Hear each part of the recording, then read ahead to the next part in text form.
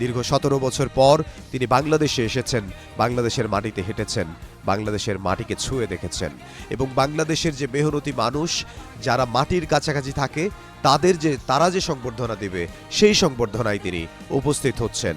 আমরা দেখতে পাচ্ছি তার গাড়িবহরটি ৩৬ জুলাই এক্সপ্রেসওয়ের দিকে যাচ্ছে তার গাড়িবহরটি এবং দুপাশে হাজার হাজার নেতাকর্মী তারা তাকে অভিবাদন জানাচ্ছেন, তারা তাকে স্বাগত জানাচ্ছেন বাংলাদেশের মাটিতে।